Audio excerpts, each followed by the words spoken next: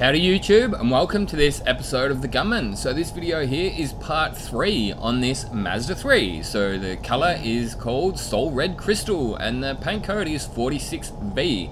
So this video here is going to be continuing right up where the second one left off. So the second one was masking stage, the first one was prep stage. Now in the masking stage video we did actually leave the car covered up with plastic and we had all the edge masking done. We then put a piece of plastic over the car, and while the entire car was still covered and not cut out as you see it here, we actually put some wet on wet primer down, or non-sanding primer.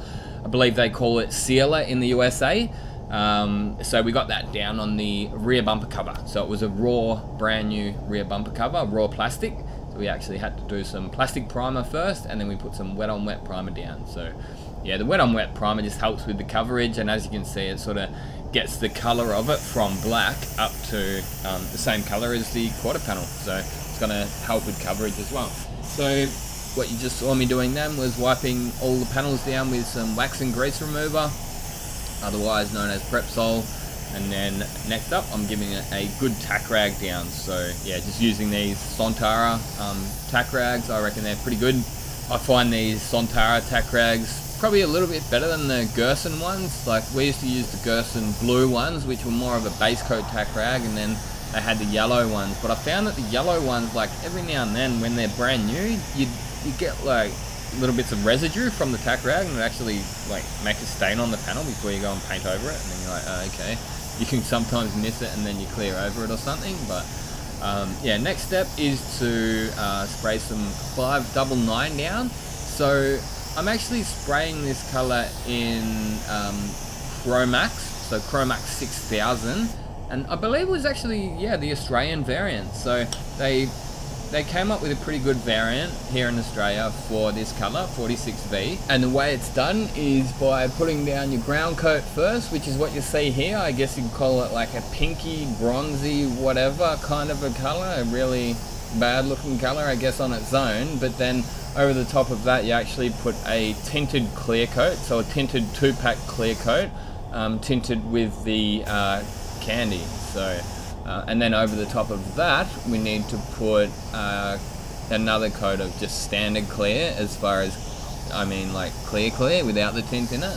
So if you were to leave your last coat of clear as the tinted clear, then that's what's going to be getting exposed to the elements, that's what you're going to be polishing. And I would imagine that if you're like denibbing and polishing a tinted clear, then you might actually sand it unevenly, so you could actually see like a little bit of a patch that's got less of the tinted clear in it because you sanded into it, and then that would sort of look uneven. So that's why I always like to put a coat of standard clear, if that makes sense. Hope you're managing to follow. But if you don't get the basics of what I'm doing here, don't even try it, because it's one of those things that this isn't just your standard 2-stage metallic. Yeah, it is a 3-stage color. So obviously this stage here, like this bronzy pinky color, is the first stage. The second stage is the tinted clear coat, and then the third stage is the non-tinted clear coat. So look, I find them a little bit of a funny color to blend. In the spray booth they look a little bit funky on the blend sometimes, but then when you get these things outside, they look perfect. Like, I mean, in the full sunlight you cannot see the blends at all. However, sometimes in the spray booth you can see the blends. Now look, in a perfect world, what you would be doing is spraying the entire side of the car and using your color down the entire side. Now if you say that to any insurance company, they're going to laugh at you and say, we are not paying to have the entire side of this vehicle sprayed because you needed to do a little repair on that quarter panel. Don't forget that when this vehicle came in, there was nothing wrong with that rear door even. Now the only reason we're doing that rear door is simply for a blend, to blend that color out, to make it, well, to at least create the illusion of no color difference, you know. But yeah, there's always going to be a minor color difference, I've found. Like, as I say, this is a good color match, this Chromax Australian variant. However, I wouldn't say it's perfect. On the other hand, if you hang around for a few more minutes, we will actually have a look at this vehicle when it is done. And the rear bumper cover is going edge to edge, so obviously on the other quarter panel. So I'm putting full color over that whole new rear bumper, obviously, but then it's got to go edge to edge to the left-hand rear quarter panel. And as you will see, it looks totally fine.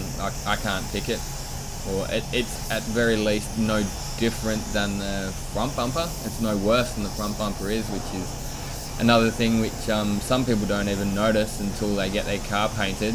We've had that before, like we've done something totally different on someone's car and they get their car back and say, that front bumper's different. And it's like, man, we didn't even touch your bumpers. Like, that is exactly how the vehicle came in. And they would not believe it. Dead set. This person is like, man, my bumper color was perfect when it came in. You guys changed it. You guys painted my bumpers and you painted them the wrong color. And it's like, man, we never touched it. It's like insane. But yeah, so that's the tinted clear coat stage. I reckon it really looks cool going on, and especially the second coat, you know, it really has like a nice depth of gloss, and the color really does pop when you get it out into the sun, which we will be taking this car out for a bit of a look in the sun later on if you hang around.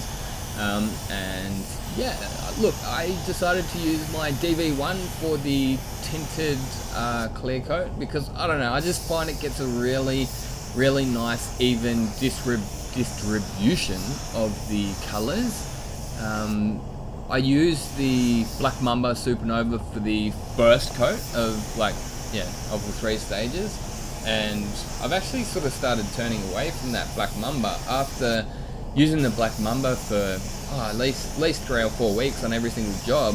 I went back to using this DV1 and I'm like, yeah, nah, the DV1 actually is the better gun out of this than the Black Mamba. So yeah, the Black Mamba was a WS, which is the HVLP, but when I was using it, I found it was great, but then I went back to this one and it just seemed to get a nicer, more even distribution of the metallics and the colors and that.